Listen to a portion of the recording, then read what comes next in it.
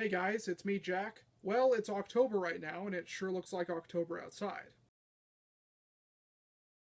October in Canada, that is. It's snowing right now, despite the fact that it's not Christmas month, it's Halloween month. But then I thought about a movie that meshes the two holidays together, The Nightmare Before Christmas. So I figured, why not review that movie? Released in 1993, the movie was made by Tim Burton, the guy who brought us such films as Edward Scissorhands, Batman, and Beetlejuice. Despite the fact that most people consider this to be his movie, he didn't actually direct it. It was directed by Henry Selick, who would go on to direct another stop-motion movie, Coraline. The story of this film is that there are different worlds centered around different holidays. In Halloween Land, the leader, Jack Skellington, is tired of scaring people. So one Halloween, he leaves and comes across another place called Christmas Town. Intrigued by this new holiday, Jack decides to bring Christmas and Halloween together. But it seems that Jack's vision of a Halloween-style Christmas isn't a very good one. Now, I grew up watching The Nightmare Before Christmas when I was a kid, and listening to the songs. Me and my family would usually watch it around Halloween each year. I loved it when I was young, but do I still love it now? Well, let's find out. First, I'll talk about the good stuff.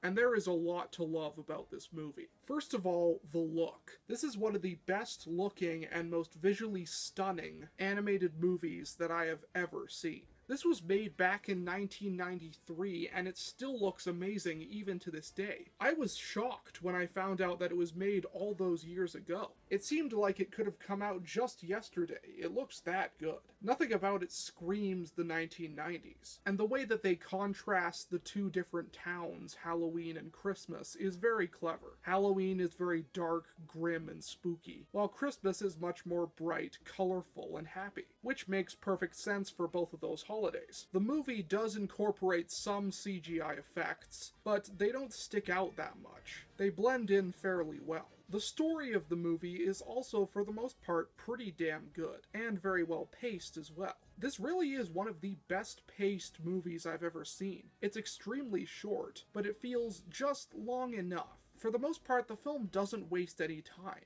It gets straight to the point. The characters are, for the most part, pretty damn good. Jack Skellington is a very solid main character. He's likable, but at the same time, he's not perfect. He does make mistakes. In fact, he causes a lot of trouble, but none of it is intentional, and you can tell. He's a guy who is tired of scaring people year after year and wants something new. And I think this is something that a lot of people can relate to. We've all had those times in our life where we're just so bored of doing the same thing over and over again, and we want to try something else. He's ambitious, he's curious, he's eccentric, but he's never unlikable. You can see that his character wants to give people a good, fun, new version of Christmas, but because he's from Halloween Land, he doesn't really know anything other than scaring people. When his Christmas fails and he gets shot right out of the sky, at first he is very sad and very depressed about his failure. But then he picks himself up and says, "Oh well, I tried." And he still does feel happy that at least he got to be Santa, even if it was for a short amount of time and it was ultimately a failure. And he feels ready to go back to Halloween. And his character rescues Santa Claus from Oogie Boogie and ends up redeeming himself for his mistakes. So yeah, I really like Jack Skellington. What about the other characters? Well, we have the character of the mayor, who is also very enjoyable. His shtick is that he has two faces, one on the front and one on the back. When he's happy, he has his happy face, and when he's sad or scared, he has his sad face. This is a very clever idea. There's also the character of Dr. Finkelstein. I really like this guy's design. He has that mad scientist look to him, but also has a mouth kind of like a duck. This movie is a great example of a film that can make side characters stand out. Pretty much all of the characters in the movie have unique and interesting designs, even the ones that barely do anything.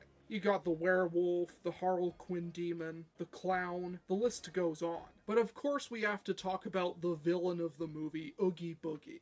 I love this guy. He's a really entertaining antagonist. And very funny as well. He isn't your typical evil, scary monster. He's actually rather silly looking, but in a good way. He's a giant walking sack of bugs. And honestly, as diabolical as his character is, every single time I see him, I just want to give him a squeeze. But that being said, he is a very twisted character. He makes a habit of kidnapping people and then gambling for their lives. And if it doesn't work out in his favor, then he'll just cheat and kill them anyway. The actor that they got to voice him really did an amazing job. You can tell he was having a lot of fun voicing this character. His tone of voice is always so suave and so funky, which is not exactly how you would expect a villain to sound. I will say this though, if it was the filmmaker's intention to have this character scare me, they definitely failed. Because this character is anything but scary. Good, definitely, but not scary. This movie also has an amazing soundtrack. I mean, this is one of my favorite soundtracks of all time.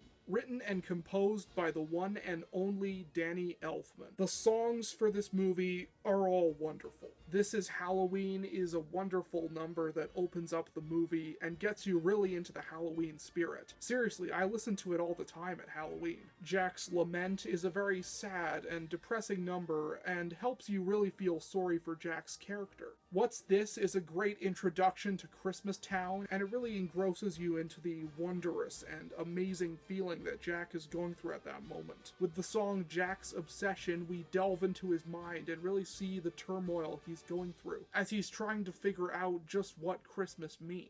It also shows his descent into madness. Well, not totally madness, but the start of his horrible mistake. The song Making Christmas, another great number, one that I do sing a lot when I'm getting ready for Christmas. Maybe my favorite song in the movie is Okiebogies' song, a very funky and groovy number, with a very dark topic about Okiebogies' obsession with torturing people and killing them. There's Poor Jack, which is a good song that starts off very depressing but then becomes triumphant and optimistic as Jack pulls himself together. So yeah, the songs in this movie are all fantastic. I didn't talk about them all, but there's just so many of them. And the soundtrack itself, aside from the songs, is also great. It's very spooky and it really gets you into the Halloween spirit. So yeah, there's a lot of great stuff in this movie. Unfortunately, there are a couple of problems, and I'm gonna talk about them. The character of Sally, Jack's love interest, while likable enough,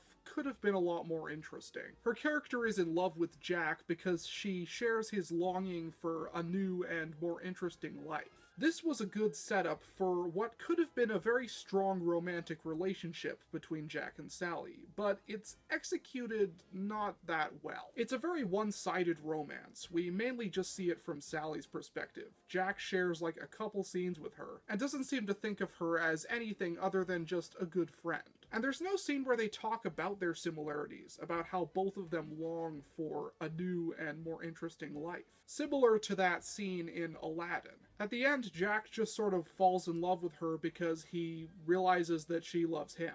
That's pretty much it. I mean, I'll give it this. It's a much better romance than something like Snow White or Cinderella or Sleeping Beauty, where they just meet and then they're in love. But it was a different time back then. This was 1993, a time when romance in film was becoming much more realistic. Taking that out of the equation, though, Sally doesn't do much of anything. She tries to convince Jack that his plan won't work, but that doesn't work. Then she tries creating a fog so he can't fly out, and again, that doesn't work. Then she tries to save Santa Claus, but again, that doesn't work and she just gets captured as well. This character in this romance just could have been much stronger. Also, another problem that I have with this movie concerns the characters of Lock, Shock, and Barrel. They're Okiebogies' henchmen. At first, they're shown to be very mischievous, showing loyalty towards Oogie Boogie and lying to Jack about leaving him out of their plan to capture Santa. They bring Santa to Oogie and then they disappear for a while, and then out of nowhere they show up again after Oogie's defeat and suddenly they're good guys, leading the mayor to Oogie's lair in order to save Jack and Sally. This transformation just makes no sense. If there was a scene showing them turning into good guys, this would have made much more sense. But as is, this is just a spontaneous change.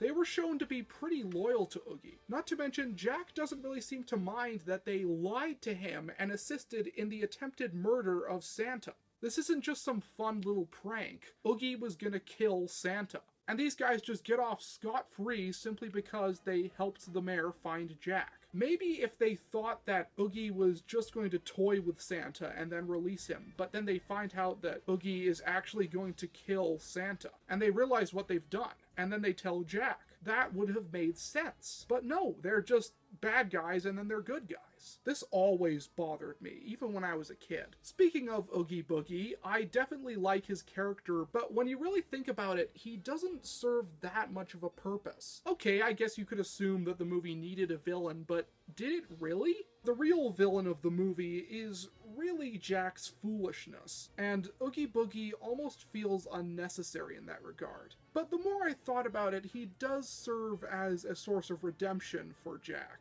as Jack saves Santa Claus from him to make up for his mistake. So I do kind of see the purpose of him in that regard. So it doesn't bother me as much, but I still feel that it was worth bringing up. But overall, I still do really love this movie. Even with its problems, it's still a great time, and one that I will definitely watch every Halloween. With awe-inspiring visuals, a wonderful soundtrack, excellent animation, mostly good characters, and a great story, I'm gonna give The Nightmare Before Christmas an 8 out of 10. So thanks for watching my review, and be sure to let me know what you think of this movie in the comment section down below, and I'll see you next time.